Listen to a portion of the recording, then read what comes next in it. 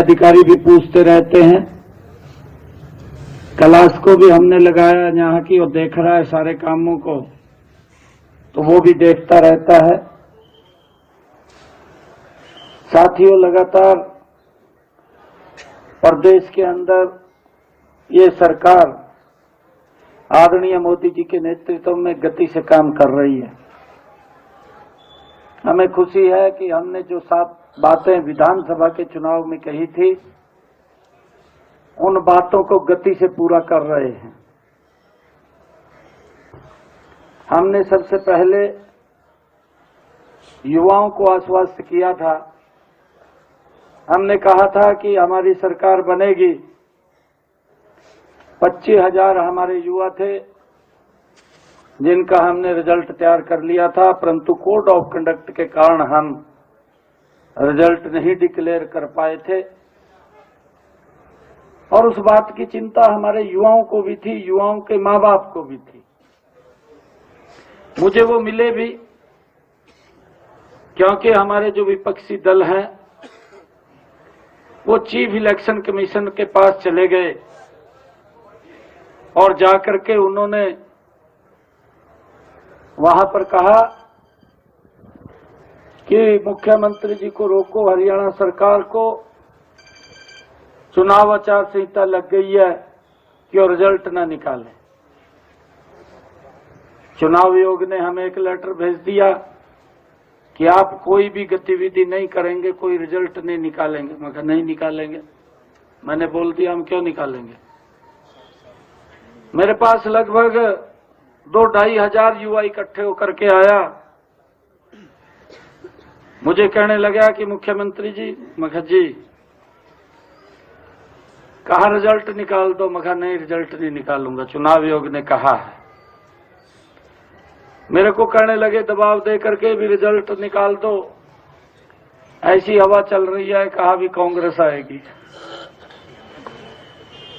मैंने कहा चुनाव आयोग का लेटर आया है, मैं रिजल्ट तो नहीं निकालूंगा, परंतु एक आश्वस्त आप लोगों को करता हूं, 8 तारीख के बाद जब रिजल्ट आएगा, और मैं पूरे विश्वास के साथ आप लोगों को कह रहा हूं कि भारतीय जनता पार्टी की सरकार बनेगी और सबसे पहले आपका रिजल्ट निकालेंगे। मैं शब्द बाद में लूंगा, परंतु पहले आपको ज्वाइनिंग लेटर दूंगा। और मुझे खुशी है बताते हुए, हमने इस बात को 8 तारीख के बाद सबसे पहले किया। जब 8 तारीख को रिजल्ट आए, मैंने उसी वक्त अधिकारियों को कहा मखाब तैयारी कर लीजिए। मैंने 17 तारीख को शपथ लिया, परंतु मैंने 9 तारीख को रिजल्ट निकाल दिया और 17 तारीख से पहले उनको ज्वाइनिंग लेटर दे दी। पहली बार हरियाणा प्रदेश के अंदर 25,000 बच्चों को एक समय के अंदर बिना पर्ची बिना खर्ची के रोजगार देने का काम हमारी सरकार ने किया है। हमने जो बात कही थी उसको पूरा किया है। मैंने फिर ये भी कहा था विधानसभा के चुनाव में कि जो किडनी के पेशेंट मेरे पास आते रहते थे और वो बोलते थे कि जब मैं यहां से सांसद था, मेरे को बोलते थे लोग आकर के कि सांसद जी आप फोन कर दें, हमारा डायलिसिस फ्री हो जाएगा। मैं फोन भी करता था, लेटर भी दे देता था, परंतु मैंने सोचा जब मेरे पास ये जिम्मेवारी आई कि बहुत सारे लोग ऐसे होंगे जो मेरे पास भी नहीं पहुंच पाते, मेरे को मिल भी नहीं पाते, उनको भी दिक्कत होगी। हमने अपने संकल्प पत्र में डाला, हमने कहा कि 8 तारीख के बाद जब हम दोबारा तीसरी बार सरकार में आएंगे, हरियाणा प्रदेश के अंदर जितने भी मेडिकल हमारे हॉस्पिटल्स हैं, मेडिकल कॉलेज हैं, हमारी मेडिकल यूनिवर्सिटी है, सब में डायलिसिस फ्री होगा, किसी का कोई पैसा नहीं लगेगा। नहीं तो एक डायलिसिस के लिए एक व्यक्ति का एक बार कराने में 25 से 30 हजार रुपए खर्च आता था। किसी व्यक्ति को 2 बार भी कराना पड़ता था महीने में, किसी को 3 बार कराना पड़ता था। परंतु आज हरियाणा में किसी का कोई पैसा नहीं लगता। 8 तारीख को मैंने सबसे पहले इस फाइल के ऊपर साइन किया कि हरियाणा में किसी का कोई डायलिसिस का पैसा नहीं लगेगा। हमने ये भी बातें कही थी कि जो हमारी माताएं बहनें हैं जिनकी इनकम 1,80,000 रुपए से कम है, ऐसी माताओं की रसोई में 500 रुपए का गैस का सिलेंडर हमारी सरकार देने का काम करेगी।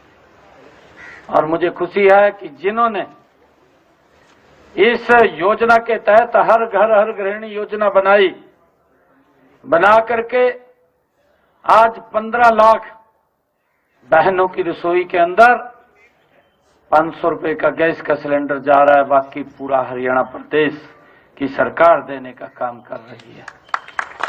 उस बात को हमने पूरा किया। हम ये भी बोलते हैं कि अगर कोई माता बहन छूट गई है, वो अपना अकाउंट वेरीफाई करा करके वो हम उसके अंदर अप्लाई कर दे, आपको 500 का सिलेंडर मिलेगा, ऊपर का पैसा आपके खाते में आ जाएगा, हरियाणा सरकार देगी। हमने ये भी यहीं पीपली के अंदर कुरुक्षेत्र में मैंने कहा था, एक बड़ा कार्यक्रम था चुनाव से पहले कि हमारी सरकार आएगी, हम हरियाणा के किसान की 100% फसल एमएसपी पर खरीदेंगे। हमने उस बात को भी पूरा कर दिया। आज हरियाणा प्रदेश के अंदर किसान की कोई भी फसल होती है, उसको एमएसपी पर खरीदने की जिम्मेवारी हरियाणा सरकार की है। हमने उसको भी पूरा किया है। ये देश का पहला ऐसा राज्य बना है जो अपने किसान की पूरी फसल एमएसपी पर खरीदता है। किसान की अगर फसल का खराबा होता है तो उसका भी मुआवजा हमने उसके खाते में पहुंचाने का काम किया है।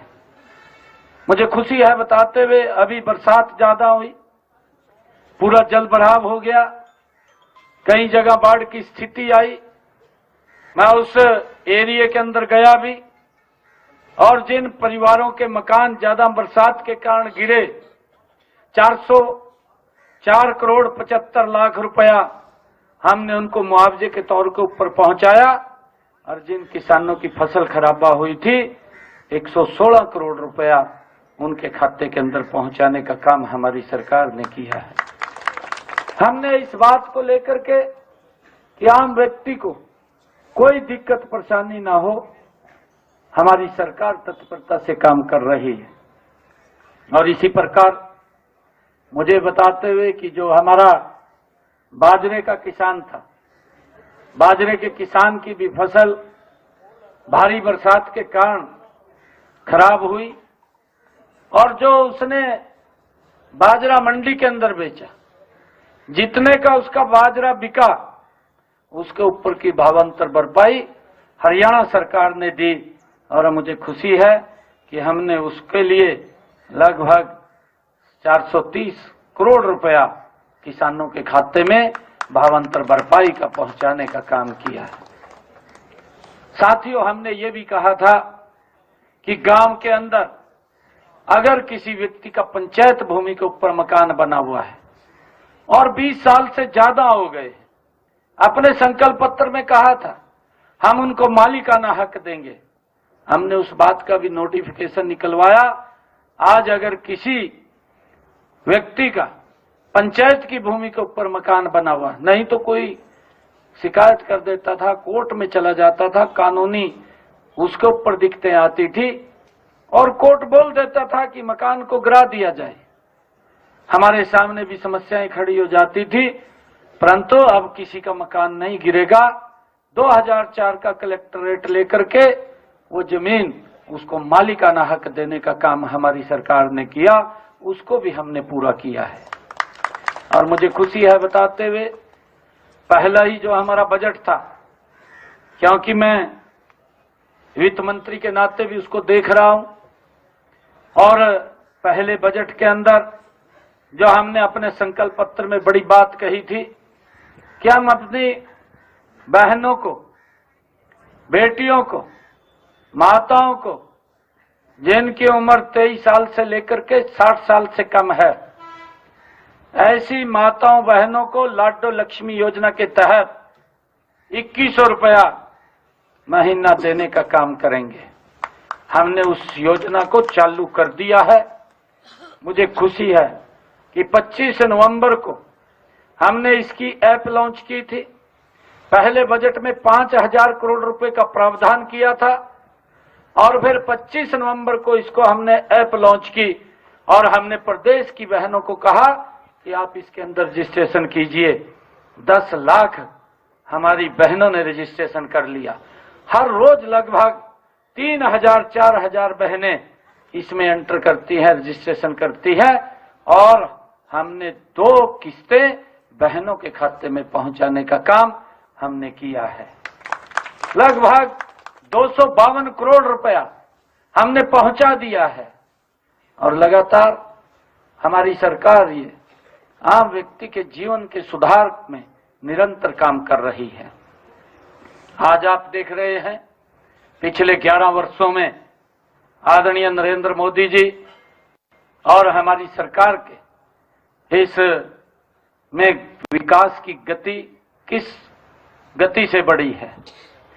विधानसभा का सत्र चल रहा है। विपक्ष के लोग कई प्रकार की बातें कर रहे थे। विपक्ष के लोग बोल रहे थे कांग्रेस के कि हम सरकार से ये बात पूछेंगे, ये बात पूछेंगे।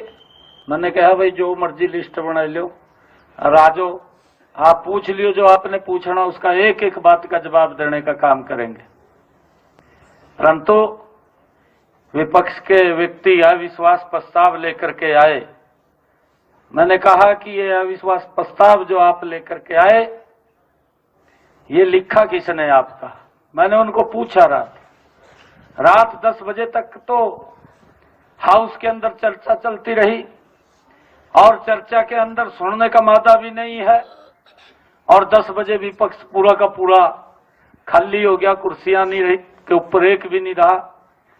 सभी के सभी वॉकआउट कर गए और जब वॉकआउट करके गए तो माननीय अध्यक्ष जी को हमने कहा, स्पीकर साहब को, कि स्पीकर साहब सुनने वाला विपक्ष की तरफ से कोई नहीं है और यही प्रस्ताव लेकर के आए सरकार के खिलाफ और यही वॉकआउट करके भाग गए और यहां अब सुनने वाला नहीं है। इस रेजुलेशन को सर्वसम्मति से खारिज किया जाए।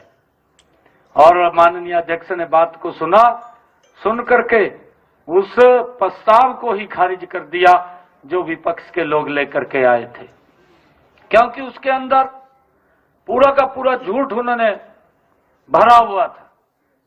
झूठ के ऊपर ये लोग सोचते हैं, अफवाह फैलाते हैं, इस प्रकार की अफवाह फैलाते हैं। लोकसभा के चुनाव के अंदर अफवाह फैलाई कि अगर मोदी जी तीसरी बार प्रधानमंत्री बन गए तो संविधान को खतरा हो जाएगा और राहुल बाबा को इन्होंने समझा दिया। वो संविधान की बुक उठा करके अलग अलग स्थानों पर घूमता रहा। परंतु हमने कहा नरेंद्र मोदी जी के नेतृत्व में संविधान को खतरा नहीं है। अगर खतरा किसी को है तो कांग्रेस पार्टी को खतरा है, क्योंकि वो समाप्त हो चुकी है, जीरो हो चुकी है। उनको खतरा है, संविधान को कोई खतरा नहीं है। बाबा भीमराव अंबेडकर जी ने ये पवित्र संविधान इस देश को दिया। नरेंद्र मोदी जी के नेतृत्व में ये देश संविधान के अनुरूप चल रहा है। आज हम देख रहे हैं आदरणीय मोदी जी के नेतृत्व में कितने वर्षों के बाद भगवान श्री राम का भव्य और दिव्य मंदिर बनाने का काम अगर किसी सरकार ने किया तो नरेंद्र मोदी की सरकार ने किया है। मुझे खुशी है कि बाबा केदार का जीर्णोद्धार करने का काम अगर किसी सरकार ने किया है, नरेंद्र मोदी की सरकार ने किया है। अगर काशी विश्वनाथ का जीर्णोद्धार करने का काम किसी सरकार ने किया है तो नरेंद्र मोदी की सरकार ने किया है। करतारपुर कॉरिडोर बनाने का काम अगर किसी सरकार ने किया है, पाकिस्तान के अंदर सड़क निकालने का काम वो भी नरेंद्र मोदी जी ने किया है। अगर उज्जैन में महाकालेश्वर का जीर्णोद्धार करने का काम किसी ने किया है तो नरेंद्र मोदी जी ने किया है। हमारे कुरुक्षेत्र में भगवान श्री राम जो महाभारत कालीन जो अनुभव केंद्र है, जिसके अंदर महाभारत कालीन पूरे दृश्य को पूरी दुनिया जो देखने को लालायित रहती है, इस पवित्र भूमि पर आकर के उसे देखने का काम करेगी। उसका भी जीर्णोद्धार अगर किसी ने किया, अभी आदरणीय प्रधानमंत्री जी कुरुक्षेत्र में आए थे, उन्हीं के ही कर कमलों से हुआ है और उसका काम भी नरेंद्र मोदी जी ने किया है। साथियों, हमारी संस्कृति को, हमारे संस्कारों को ये सरकार मजबूती से आगे बढ़ा रही है। मैं आप सबका आज इस अवसर पर धन्यवाद भी करता हूं, पूरी प्रहलादपुर सरदारी का। आज जब मैं गांव में आया हूं तो गांव में जो मांगे सरपंच साहब जी ने मुझे दी हैं, इन्होंने एक तालाब की बात कही है। कुछ इसमें मेन रोड से लेकर के कृष्ण के घर तक गली ये बन जाएंगी, सारी गलियां तो बन जाएंगी। और तालाब के अनुदान की बात कही है। मैं गांव के अंदर पीने के पानी के लिए पूरे गांव में, प्रहलादपुर में पीने के पानी की पाइपलाइन और रिपेयर की जाएगी। इसके लिए 47,46,000 रुपए मैं दे करके जाता हूं। और जो भी आपके सरपंच साहब काम है उनके लिए 21 लाख रुपया और दे करके जाता हूं। पीछे भी गांव के अंदर हम लगातार पैसा भेज रहे हैं। जो विकास कार्यों के हैं, जो भी गली बननी है या कोई और काम आपने करना है, कोई वो उसके बारे में हमें बता दें। एक अभी मुझे मिले थे, यहाँ कोई हॉल बनना है मेरे ख्याल से। मंदिर के लिए वो मंदिर बन रहा है, मंदिर का हॉल है जी। मंदिर का तो पैसा नहीं दे पाएंगे, हॉल का दे देंगे, हॉल का दे देंगे। वो पहुंचा देंगे 11 लाख रुपए, उसके भी आ जाएंगे। और दे देंगे बाद में दे देंगे, चिंता मत करना, पूरा कर देंगे, पूरा कर देंगे, पूरा मकान, कोई बात। आप सबका बहुत बहुत धन्यवाद करता हूं। मैं विशेष तौर से मातृशक्ति इतनी संख्या में आई है, आपका मैं दिल से धन्यवाद करता हूं। और मैं एक बात कह रहा हूं सभी को कि लाडो लक्ष्मी योजना में फार्म जरूर भरते, कभी ना भरा, उसके अंदर फार्म भरा है। अभी बढ़ाएंगे, अभी हमने 1 लाख तक किया, अभी उसको आगे करेंगे।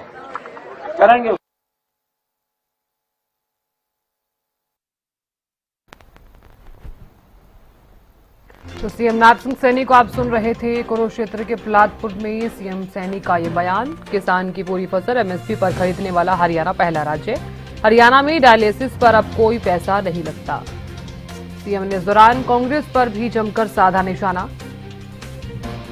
बाजरे की भावांतर भरपाई सरकार ने की, सीएम ने कहा।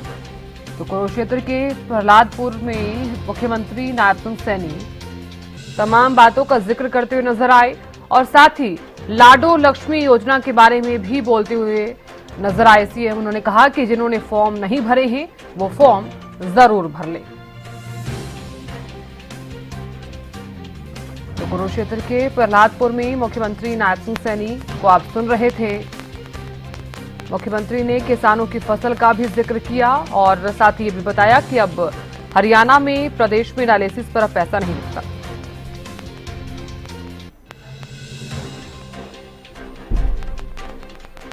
ये बड़ी खबर आपको बता रहे हैं, मुख्यमंत्री नायब सिंह सैनी ने तमाम बातों का जिक्र किया आज।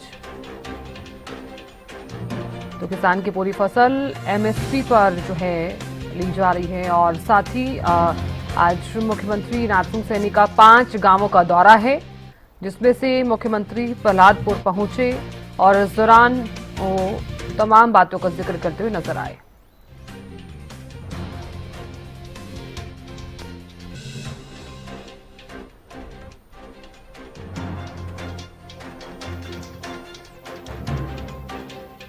विकास कार्यों के लिए प्रहलादपुर को सौगाती गांव में हॉल के लिए 11 लाख देने की घोषणा। किसान की पूरी फसल एमएसपी पर खरीदने वाला हरियाणा पहला राज्य है। हरियाणा में डायलिसिस पर अब कोई पैसा नहीं लगता, सीएम ने कहा। सीएम ने इस दौरान कांग्रेस पर भी जमकर साधा निशाना। राहुल गांधी को लेकर भी साधा निशाना।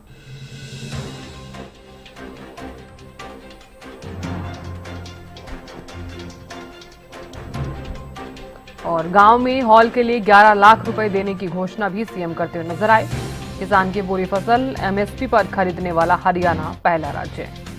हरियाणा में डायलिसिस पर अब कोई पैसा नहीं लगता। इस दौरान सीएम ने कांग्रेस पर साधा निशाना। बाजरे की भावांतर भरपाई सरकार ने की, सीएम ने कहा। कुरुक्षेत्र के प्रहलादपुर में सीएम सैनी का ये बयान।